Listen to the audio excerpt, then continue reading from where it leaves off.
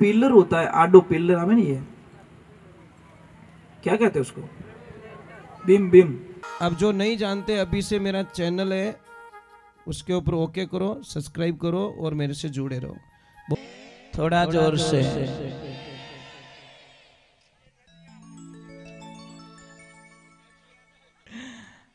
देखो मेल तो बराबर हो गया भाई, नदी तो है, गांव भी है ना। चलो राधे राधे, थोड़ा जोर से बोले।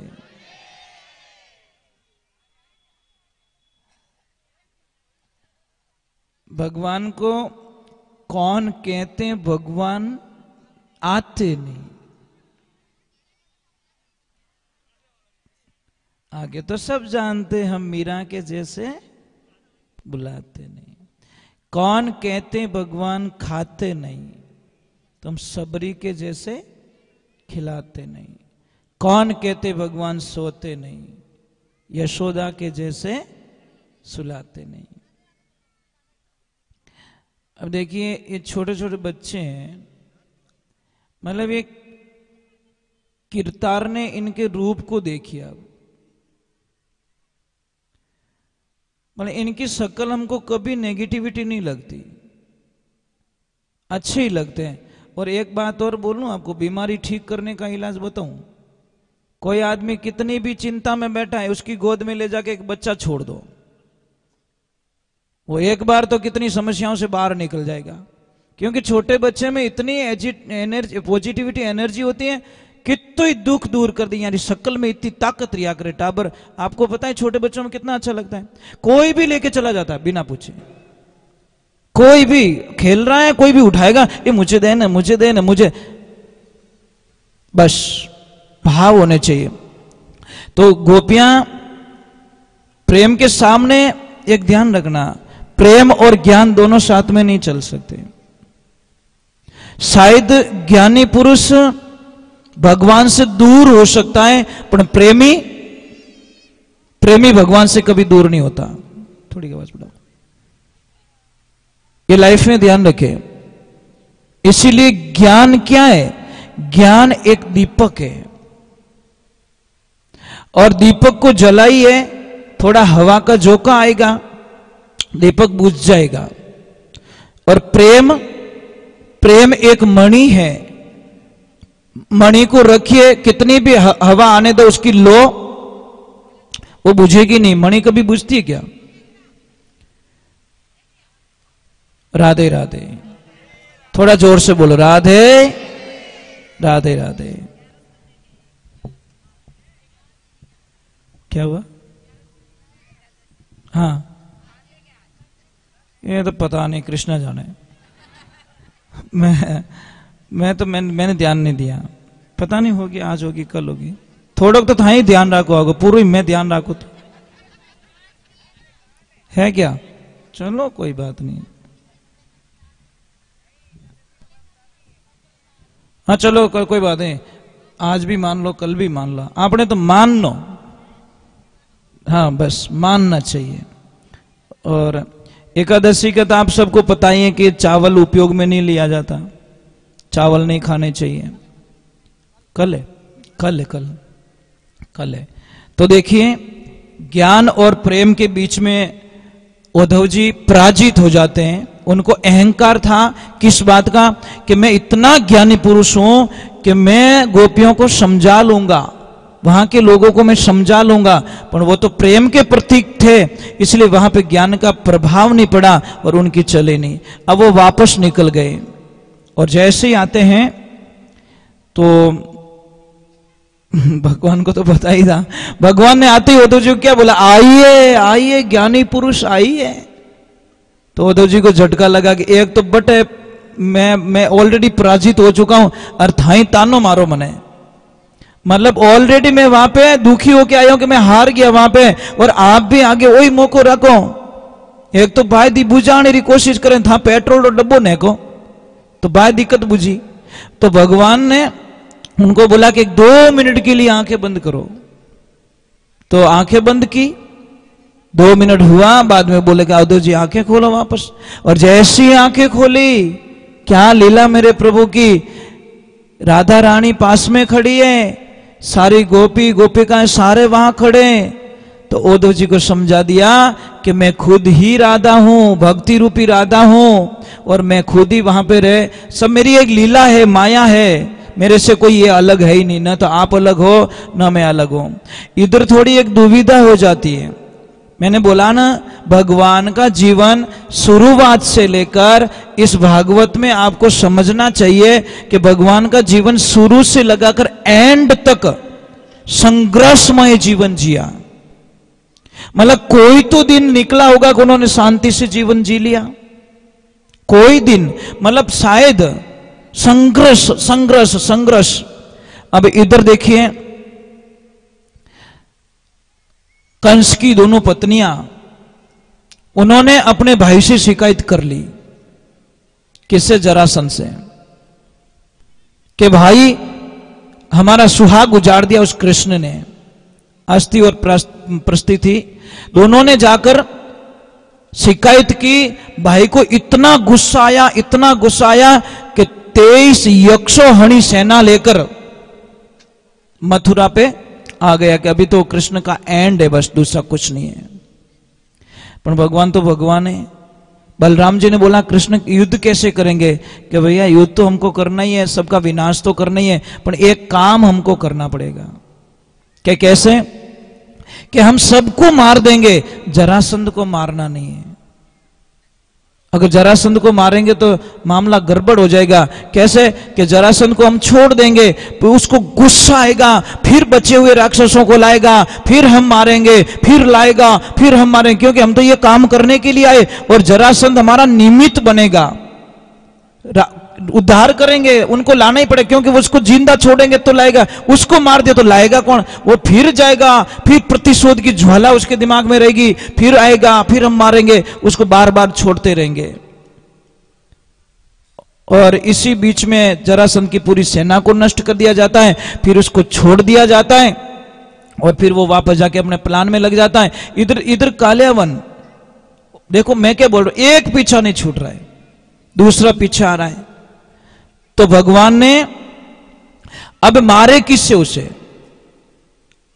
अब रक्षा तो करनी थी, रक्षा करने के लिए कुछ नया करना था, लोगों को वहां रखना नहीं था, सुरक्षित नहीं थे। तो भगवान ने किसको बुलाया, विश्वकर्मा भगवान को। और विश्वकर्मा भगवान को बुला के बोला कि एक ऐसी नगरी की रचना करो, ऐसी नगरी बनाओ जहां पे हमारी ये नगरी सुरक्षित हो सके। और पानी में जाकर विश्वकर्मा भगवान ने द्वारका की रचना की, तैयार कर दी। तैयार करने के बाद में जो मथुरा से गुफा के माध्यम से सारे लोगों को वहां भेज दिया गया, माया के माध्यम से भेज दिया गया। वहां पे जाने के बाद में सुबह का टाइम होता है, लोग उठते हैं, अंदाज लगाते हैं मैं यहां पे कैसे हूं, मैं यहां पे कैसे हूं, मैं यहां पे कैसे हूं। तो महाराज कोई इधर भाग रहा है, कोई इधर भाग रहा है, कोई इधर भाग रहा है, गेट नहीं मिल रहा है। तो सारे लोगों ने चिल्लाना शुरू कर दिया, अरे द्वार कहां है, द्वार कहां है, द्वार कहां है। उसी दिन से उसका नाम पड़ गया द्वारका। बस वो द्वार के चक्कर में द्वारका हो गया। अब इधर कालियावन आता है तो उसको भी मारना जरूरी। अब कुछ भी नहीं कृष्ण के पास में, तो उन्होंने एक युक्ति सुझाई कि दुश्मन आ रहा है, भगवान आगे दौड़ते गए, दौड़ते गए, दौड़ते गए, दौड़, एक भयंकर जो जंगल में गुफा थी उस गुफा में चले गए। और वहां के मुचकंद नाम का राक्षस वो थे देव, वहां पे सो रहे थे। तो उन्होंने, भगवान ने एक लीला रची कि ये बीच में है, इसको उठाएंगे, और इसको वरदान दिया गया है, क्योंकि वो देवताओं की रक्षा करने के लिए त्रेता युग से आए थे। तब से देवताओं से मांगा कि मैं थोड़ा सोना चाहता हूं। तो उन्होंने बोला मुझे डिस्टर्ब नहीं करना चाहिए, उस गुफा में सुला दिया और त्रेता में सोया, और उठा कब, द्वापर में। एक युग बीत गया, पर उनको एक वरदान था कि जैसे ही वो उठेगा, आंख खोलेगा, सामने जो भी होगा वो सारे नष्ट हो जाएंगे, आंख की दृष्टि से सारे मारे जाएंगे।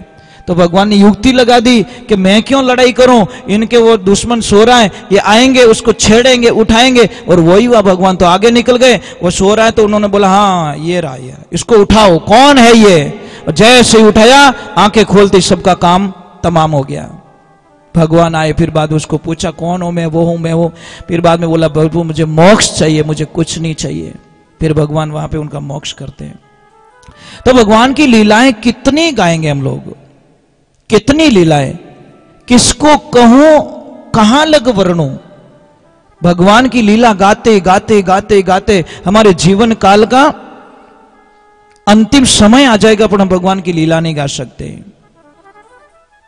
राधे, थोड़ा जोर से बोलो, आवाज नहीं आ रही पीछे से। एक मेरी प्रार्थना रहेगी, करोगे? आपको हमेशा खुश रहना है? सुबह से लगा शाम तक एकदम खुश रहना चाहते हो? पक्का? तो मैं आपको एक तरीका बताता हूं। सुबह उठते ही एक तो किसी का मुंह मत देखा करो। तो बच्चे कई लोग बोले महाराज कहीं भीत देखो, भाई कोई जो नेगेटिविटी वाले हो हमको ऐसे ही प्रश्न करते तो देखो कहीं। अरे मैं ये नहीं कह रहा हूं हेमुटो ही नहीं देखना, मेरी बात पूरी नहीं होती तब तक तो काम चला देती सरकार। सुबह उठते ही 2 मिनट के लिए अपने बिस्तर पे बैठ जाओ। अगर आप उत्तर दिशा में सिर करके सो रहे हो तो साहब बड़ी बीमारी के कारखाने बन जाओगे आप। पश्चिम दिशा में आपका सिर होगा तो भी आपको एनी टाइम कुछ न कुछ नुकसान होगा। आपका सिर होना चाहिए पूर्व या दक्षिण। समझ में आ रहा नहीं? या तो दक्षिण में मुंह करके सिर करके सोना चाहिए, या फिर आपको पूर्व दिशा में जिधर से सूर्य भगवान निकलते हैं उस दिशा में सिर करके सो। आपकी बहुत अच्छी समस्या खत्म हो गई। एक जो घर में पिलर होता है, आडो पिलर हमें नहीं, ये क्या कहते हैं उसको, बिम, उसके नीचे कभी मत सोया कीजिए। पलंग के नीचे कोई चीज नहीं होनी चाहिए, नहीं तो पति और पत्नी के बीच में एनी टाइम झगड़ा होता रहेगा। बजने वाली चीज बिल्कुल पलंग के नीचे अलाउ नहीं है, ये ध्यान रखना। हमारी आदतें क्या, वो बॉक्स वाला आ गया, कुछ भर देते उसमें। बच्चे क्या हमारे घर में शांति को नहीं, शांति को ही थारे शांत ही नहीं रहे, क्यों कितनी चीजें भरियोड़ी पलंग रे मायने। आप बिस्तर डाल सकते हो वहां से ज्यादा, परंतु पलंग के जो नीचे की जो साइड होती है वो एकदम नीट एंड क्लीन होनी चाहिए। जितनी पलंग नीचे से साफ सुथरा रहेगा उतनी ही घर में शांति रहेगी। अगर पति और पत्नी दोनों के बीच में छोटी छोटी बातों पे झगड़ा हो रहा है तो कुछ मत करो, हंस और हंसनी का जोड़ा वाला फोटो आप अपने रूम में लगा दीजिए दीवार पे। उठते ही वो जोड़ा दिखे, आपके दोनों प्रेम के प्रतीक बन जाओगे। अगर किसके घर में धन की कमी है तो सिंगल हंस का जो पोज आता है, फोटो आता है, आप बोलोगे फोटो से क्या होगा? फोटो से बहुत कुछ हो जाता है, आप कल्पना नहीं कर सकते। सिंगल हंस का जोड़ा आता है, सिंगल हंस, डबल नहीं होना चाहिए। जिसको धन की कमी है वो सिंगल हंस, उसको पूर्व और उत्तर की दीवार पे बीच में आप कहीं पे भी लगा सकते हो, बैठक रूम में लगा सकते हो, अपने हॉल में लगा सकते हो, या फिर परिवार में छोटी छोटी बातों पे झगड़ा होता है तो पूरे परिवार की एक फोटो खिंचवाओ, पूरे परिवार की, छोटे बच्चों की, आपकी, पर 1 सेकंड के लिए मुस्कुरा जाना, और नहीं हंसना हो तो कोई गिली गिली कर दीजिए पाड़ोसी, ताकि वो 1 सेकंड के हंस जाए और फोटो। एक ध्यान रखिए, कैमरा होता नहीं, कैमरा कभी झूठ नहीं बोलता। एक कोई दादाजी फोटो खींचा, फोटो वाला के हटे तो कि कहीं रियो कि तने 1 रुपयो नहीं दूं, कि क्यों, कि मारो फोटो एडो क्यों आयो, जने वो फोटो वाला क्यों, दादा मैं फोटो खींचो ने जने पाडा जीव थे उबा, मैं को उबो नहीं, मार कैमरा रो कहीं कसूर, जैसा था वैसा कैमरे ने पकड़ लिया। तो एक ध्यान रखे, 1 सेकंड के लिए हंस जाओ, सबका मुस्कुराता हुआ फोटो आना चाहिए, और वो फोटो बड़ी फ्रेम में मंडाकर आपके मेन हॉल में आप लगा दीजिए। आप लगा के मुझे वापस बोलना कि गुरुजी हमारे घर में देखो ऑटोमेटिकली शांति हो गई है। आप कल्पना, पर फोटो सब हंसतोड़ा आना चाहिए, नहीं तो 2-4 दिन पहले प्रैक्टिस करो, ट्यूशन जाओ हंसने के लिए। सिंगल हंस का फोटो लगाइए। और नंबर एक, दीवाल घड़ी कभी भी घर में बंद नहीं होनी चाहिए, नहीं तो आपके धंधे की बर्बादी निश्चित है, कोई दुनिया की ताकत नहीं टाल सकती। अगर दीवाल घड़ी बंद आ रही है तो आपको धंधे में, आपके जीवन की गति को रोकेगी दीवाल घड़ी। कई लोग क्या करते हैं, हम घड़ी यहाँ करे बाबड़ो कांटो पाछो जावे क्यों छेल बड़ी उड़ो और घनी ताकत करे मैं जाना चाहूं पण वो क्या है ही को नहीं पावर पाछो आधो पछी के मारे धंधा रे माने अचानक असर आ गयो आनो ये महाराज घड़ी बंद पड़ी है घर पे। और घड़ी तो एक बहुत धंधे की प्रतीक होती है। अगर घर के सामने ये जो मोरपंखी आती है ना, मोरपंखी पौधा, अगर वो दोनों तरफ लगा दो ना, आप कल्पना भी नहीं कर सकते। आप 2 गमले लगा दीजिए आप। अब बहुत बगीचा में आती है जी बहुत सारा पौधा, मोरपंखी आती है मस्त एकदम, विद्या की देवी कहते हैं उसको हम, क्या कहते हैं। हाँ, हम बच्चे थे तो हमारी बुक में उसका पत्ता तोड़ के रखते थे, है ना, वो विद्या की देवी। वो दोनों तरफ, एक इधर लेफ्ट और एक राइट बाहर निकलते हैं ना, तो उनका दर्शन कीजिए। देखिए ये पेड़ पौधे होते हैं, इतनी ताकत होती है इनमें, कल्पना नहीं कर सकते हो। अगर किसी भी, मुझे दादाजी ने कल एक प्रश्न किया था कि गाय भैंस को जब वो डिलीवरी होती है तो उनको कई बार फूल की प्रॉब्लम हो जाती है, समस्या आ जाती है, बहुत पैसा खर्च करना पड़ता है, बेचारी तकलीफ होती है। तो आपको नॉर्मली इलाज बताता हूँ, बड़लो आवे ना, बड़लो कहीं के वो वट वृक्ष का, मैं हिंदी में बोल देता हूँ क्योंकि बाहर भी देख रहे लोग, वट वृक्ष का जो पौधा होता है उसकी 5 से 250 ग्राम पत्तियां ले लो आप, हरी पत्तियां, उसको मिक्स करके एक 100-150 ग्राम देसी गाय का घी उसमें मिलाकर 1-2 चम्मच हल्दी डाल के उसको खिला दीजिए। महाराज इतना बढ़िया इलाज आप कल्पना नहीं कर सकते, कल्पना भी नहीं कर सकते। अगर किसी गाय भैंस किसी को भी चोट लग गई है और वो ठीक नहीं हो रही है, एक साइकिल का पुराना टायर लीजिए, उसको जला दीजिए, उसका जो पाउडर होता है उसको ले लीजिए और उसको कपड़े में छान लीजिए, उसमें 100 ग्राम देसी गाय का घी डाल दीजिए और 50-100 ग्राम देसी हल्दी डाल दीजिए, मलम बना के वो लगाइए, 5-10 दिन में तो घाव ठीक हो जाएगा। कितना भी घाव पड़ जाए एकदम ठीक हो जाएगा, आपको पता ही नहीं है। बहुत सारी चीजें होती है हमारे साथ में होती है, हमारे पास में होती है, पर ज्ञान नहीं है, और नहीं होने के कारण हम बहुत सारी समस्या होती है। अगर किसी भी बच्चे को पढ़ाई में मन नहीं लग रहा है तो आप दक्षिण और पूर्व की दिशा में उस बच्चे को वहां पे अध्ययन कराओ, बच्चा बड़ा होशियार होगा, पढ़ाई में मन लगेगा। समझ में आ रहा है नहीं आ रहा कपूर? हाँ, घोड़े के लिए इलाज है मैं बताऊंगा आप भाई। आप नाच रहे तो आपको बताना भी जरूरी है। गोडा तो अटी दुका ऊपर से याद करो। हाँ राधे, थोड़ा जोर से बोलो।